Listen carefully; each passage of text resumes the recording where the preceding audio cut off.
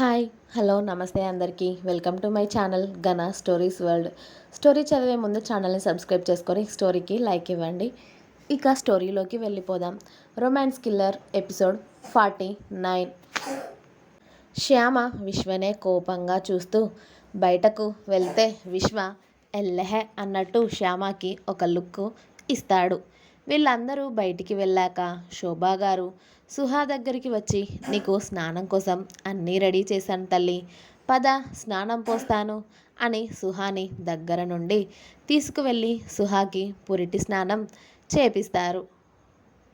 అలాగే బాబుకి చక్కగా ఆయిల్ పెట్టి మసాజ్ చేసి వాడికి కూడా లాలపోసి ఆ తర్వాత సుహా చేతిలో పెట్టి బాబుని ఎలా చూసుకోవాలి, ఎలా ఉండాలి అని సుహా చెవులలో కాటన్ పెట్టి తన తలకి అలాగే పొట్టకి కట్టుకట్టి బాబుకి ఎలా పాలు పట్టాలి, ఎలా ఉండాలి అని అన్నీ చెప్తూ ఉన్నారు.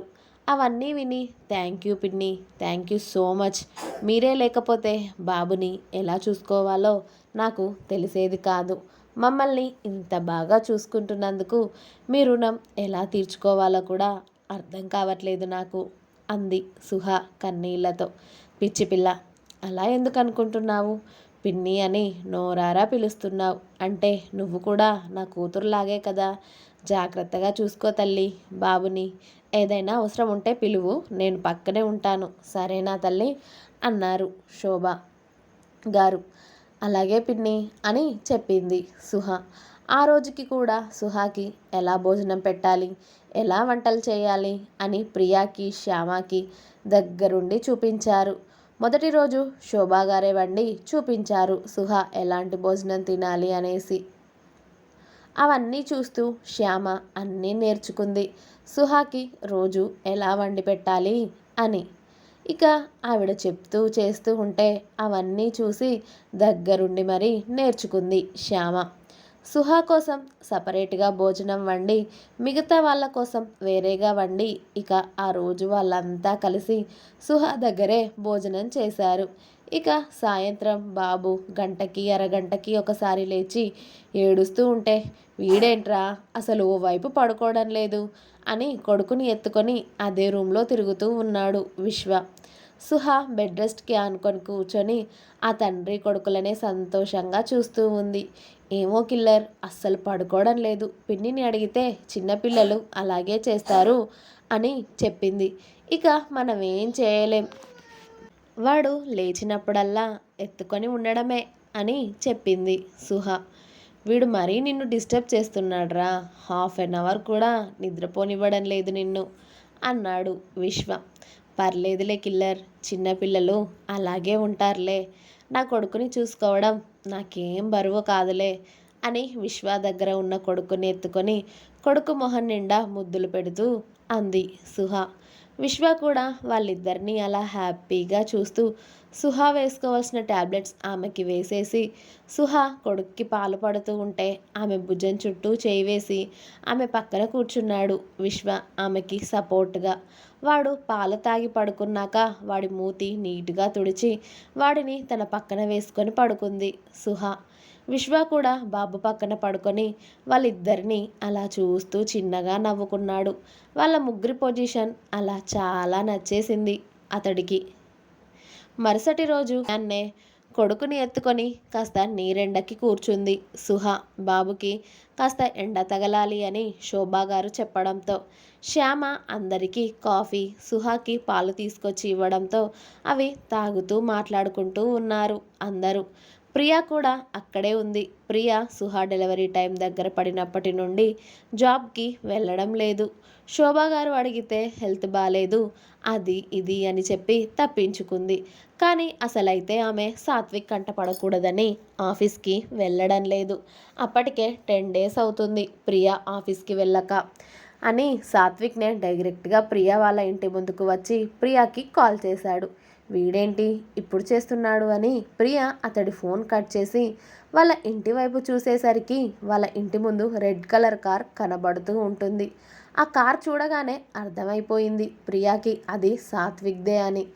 వామ్మో, వీడేంటి ఇవాళ నన్ను చంపించడానికి ఏకంగా కారేసుకొని ఇంటికి వచ్చాడా, వీడిని చూస్తే ఏం లేదు, ఇక మా అమ్మ నన్ను తుక్కు తుక్కు కింద కొడుతుందిరా బాబోయ్.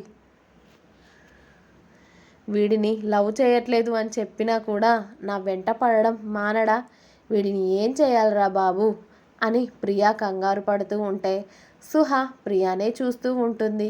ఆమె మొహంలో మారుతున్న ఎక్స్ప్రెషన్స్ గమనించి. ఏమైంది ప్రియా అని అడిగింది సుహా. అక్క చూసావా, వీడు నేను ఆఫీస్కి వెళ్ళడం లేదని ఏకంగా ఇంటికి వచ్చేశాడు. అదిగో ఇంటి ముందు కారులో ఉన్నాడు. ఇప్పుడు వాడిని అమ్మ చూసిందంటే ఏం లేదు, నన్ను పచ్చడి చేసేస్తుందక్క అని భయపడుతూ చెప్పింది సుహాకి. అక్కడికి వెళ్తే కదా అమ్మ చూస్తుంది, ఇక్కడికి రమ్మను, నేను మాట్లాడతాను అంది సుహా. ఇప్పుడు నువ్వేం మాట్లాడతావక్క అని అడిగింది ప్రియ. నువ్వు రమ్మని చెప్పు అనగానే ఇంకా సాత్విక్ నుండి వస్తున్న ఫోన్ కాల్ లిఫ్ట్ చేసి ఏంట్రా నీ బాధ అని అరిచింది ప్రియ. ఏంటే నా బాధ అంటావు, 10 డేస్ నుండి ఆఫీస్కి రావడం లేదు. నిన్ను చూడకపోతే నాకు పిచ్చి పట్టేలా ఉంది తెలుసా. మీ ఇంటి ముందున్న ఒకసారి కనీసం బయటికి వచ్చైనా కనిపించు. అసలు బాగానే ఉన్నావా, ఎందుకు ఆఫీస్కి రావడం లేదు అని ప్రశ్నల మీద ప్రశ్నలు వేశాడు సాత్విక్. నా ఇష్టం ఉంటే వస్తాను, లేకపోతే లేదు, అడగడానికి నువ్వెవడివిరా అని అరిచింది ప్రియ.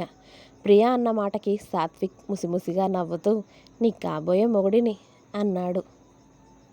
ఇలాంటి తిక్క తిక్క మాటలు వాగితే కుక్కను కొట్టినట్టు కొడతాను చెప్తున్నా. నువ్వక్కడ ఉంటే మా అమ్మ నన్ను చంపేస్తుందిరా. కాస్త కారు ముందుకు తీసుకొని వచ్చి పార్క్ చేయి. నేను పక్కింట్లో మా అక్క వాళ్ళ ఇంట్లో గార్డెన్లోనే ఉన్నాను, కాస్త లోపలికి రా, నీతో మాట్లాడాలి అని అంది ప్రియ తన కోపాన్ని అంతా అణిచిపెడుతూ. నిజంగా రమ్మంటావా అని ఎగ్జైట్గా అడిగాడు సాత్విక్. నిజంగానే రా తింగరి మొహమోడా, త్వరగా రా, మా అమ్మ చూస్తుందిరా, కాస్త కారు అక్కడి నుండి తీయరా అని ప్రియ మొత్తుకుంటూ ఉండగానే సాత్విక్ ప్రియ వాళ్ళ ఇంటి ముందు నుండి సుహా వాళ్ళ ఇంటి ముందు కార్ పార్క్ చేసి గేట్ ఓపెన్ చేసి లోపలికి వస్తూ ఉన్నాడు.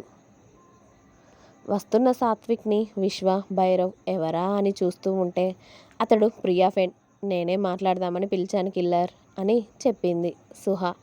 సుహా చెప్పడంతో ఇక విశ్వ సైలెంట్గా చూస్తూ ఉన్నాడు.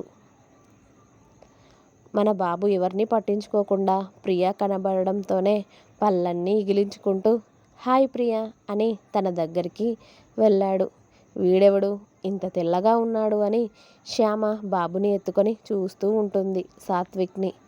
నేను కాదు, మా అక్క మాట్లాడుతుందంట, అదిగో సుహావి మా అక్క విశ్వని చూపించి అతను మా బావగారు, అది నా ఫ్రెండ్, అతడు తనకి కాబోయే హస్బెండ్. అక్క వీడే సాత్విక్, నేను ప్రేమించట్లేదు అన్నా కూడా నన్ను ప్రేమిస్తున్నా అని వెంటపడుతున్నాడు. కాస్త వీడితో మాట్లాడి నాకు వీడి గోల వదిలేలా చేయక్క అని అంది ప్రియ.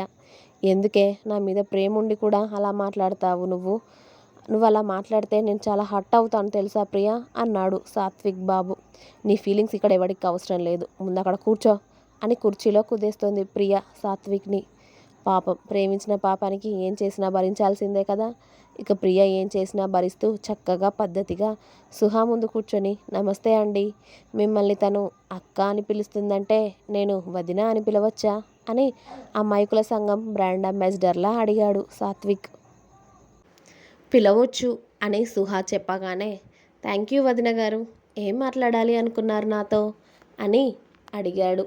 అప్పుడే విశ్వని భైరవ్ని చూస్తూ ఆ కటౌట్స్కే మనోడికి కాస్త వణుకు వచ్చేస్తుంది ఒంట్లో. కానీ విశ్వని ఎక్కడో చూసినట్టు అనిపిస్తూ ఉంటే నువ్వు నిజంగా ప్రియాని ప్రేమిస్తున్నావా అన్న సుహా ప్రశ్నకి ఆమె వైపు తిరిగి నిజంగా నేను ప్రియని ప్రేమిస్తున్నానండి, ఇప్పటి నుండి కాదు, మా కాలేజ్ డే స్టార్టింగ్ నుండి. ఆ విషయం ఈ దొంగ మొహందానికి కూడా తెలుసండి.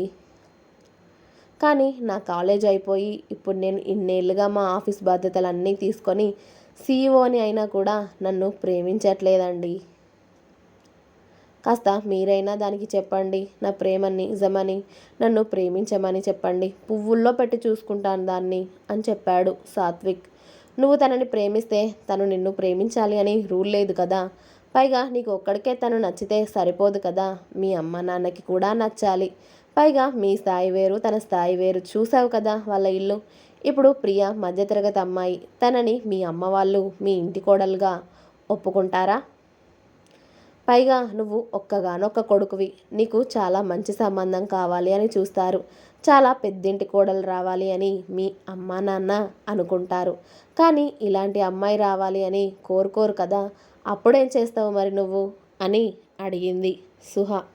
నేను మా అమ్మా నాన్న కోసమో ఇంకెవరి కోసమో తనని వదులుకోనండి వదిన గారు. నిజంగా తనని చూడడంతోనే ఇష్టపడ్డాను.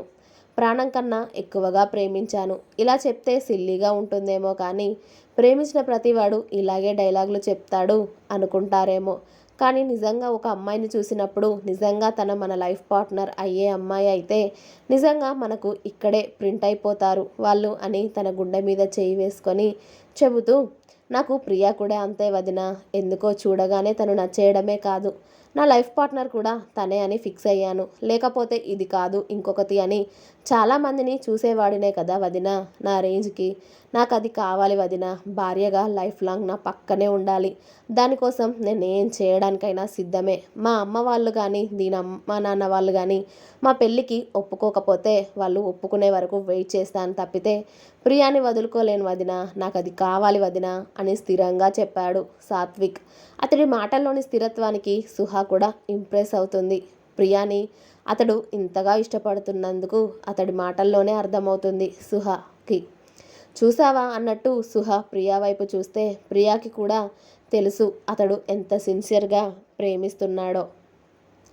ఎందుకంటే ఇన్నేళ్లలో ఆమెతో ఒక బ్యాడ్ వర్డ్ కానీ బ్యాడ్ టచ్ చేయడానికి కూడా భయపడతాడు. అలాంటిది సాత్విక్ క్యారెక్టర్ ఆమెకి తెలియకుండా ఉంటుందా?